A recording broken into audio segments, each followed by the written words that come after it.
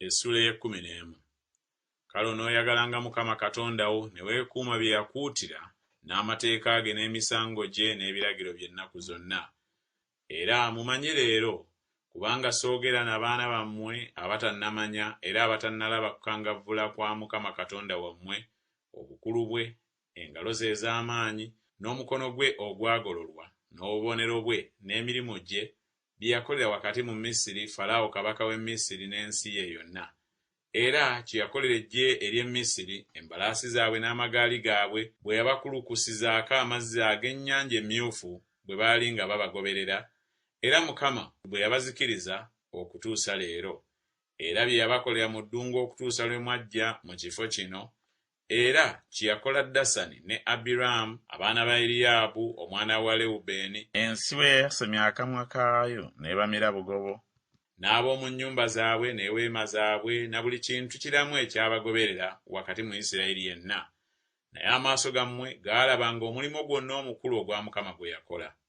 Kale muneekuumanga ekiragiro kyonna kye nkulagira leero, mulyoke mube n'amaanyi, muyingire muli ensi gye musomokera okugendamu okugirya.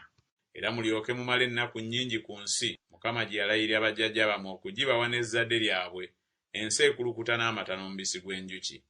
Kubanga ensi gy'oyingiramu okugirya tefaanana ng'ensi y'e Misiri mwe mwava. Mwe wasigiranga ensigo zo n'ogifukirira amazzi n'ekigere kyo ng'ennimiro y'enva.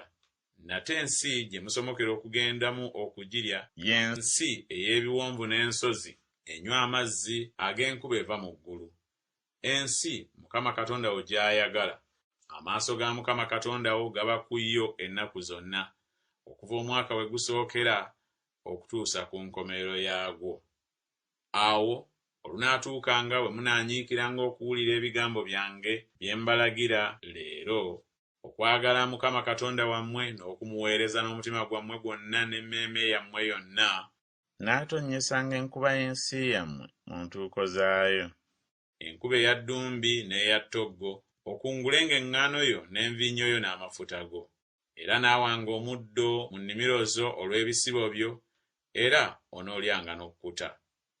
Mwekuumenga omutima gwammwe guleme okulimbibwa, ne mukyama ne muweereza bakatonda abalala ne mubasinza. Obusungu bwa Mukama ne bubabuubuukirako, n'aggalawo eggulu, enkuba obutatonnyanga, n'ensi obutabalanga bibala byayo, ne muzikirira mangu okuva ku nsi ennungi Mukama gy'abawa. Kale mutereke ebigambo byange ebyo mu mutima gwammwe ne mu mmeeme yammwe.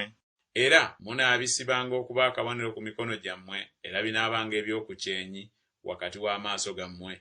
Era munaabiyigirizanga abaana bammwe nga mubinyumya, bw'onootuulanga mu nnyumba yo, era bw'onootambuliranga mu kkubo, era bw'onoogalamiranga, era bw'onoogolokokanga. Era onoobiwandiikanga ku mifuubeeto gy'ennyumba yo ne ku nzigi zo.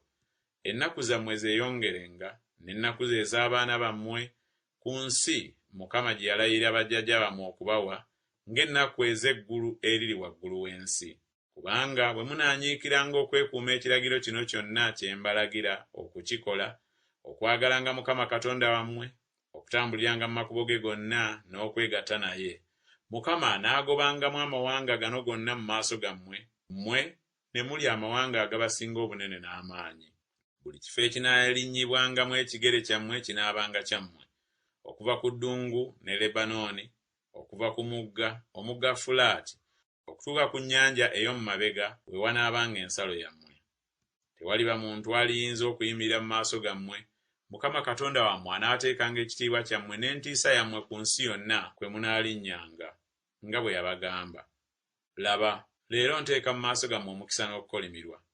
Omukisa bwe munaawuliranga ebiragiro bya Mukama Katonda wammwe bye mbalagira leero, n'okukolimirwa bwe mutaawulirenga biragiro bya Mukama Katonda wammwe, naye ne mukyama okuva mu kkubo lye mbalagira leero, okugoberera bakatonda abalala be mutamanyanga. Awo olulituuka Mukama Katonda wo bw'alikuyingiza mu nsi gy'ogendamu okugirya, oliteeka omukisa ogwo ku lusozi Gerizimu, n'okukolimirwa okwo ku lusozi Ebali. Ezo teziri mitala wa Yoludaani, ennyuma w'ekkubo ery'ebugwanjuba, mu nsi ey'Abakanani abatuula mu Alaba, ekyolekera Girugaali ku mabbali g'emyera gya Moole? kubanga mugenda okusomoka Yoludaani okuyingira okulya ensi Mukama Katonda wammwe gy'abawa, era muligirya ne mutuula omwo. Era munaakwatanga okukola amateeka gonna n'emisango bye nteeka mu maaso gammwe leero.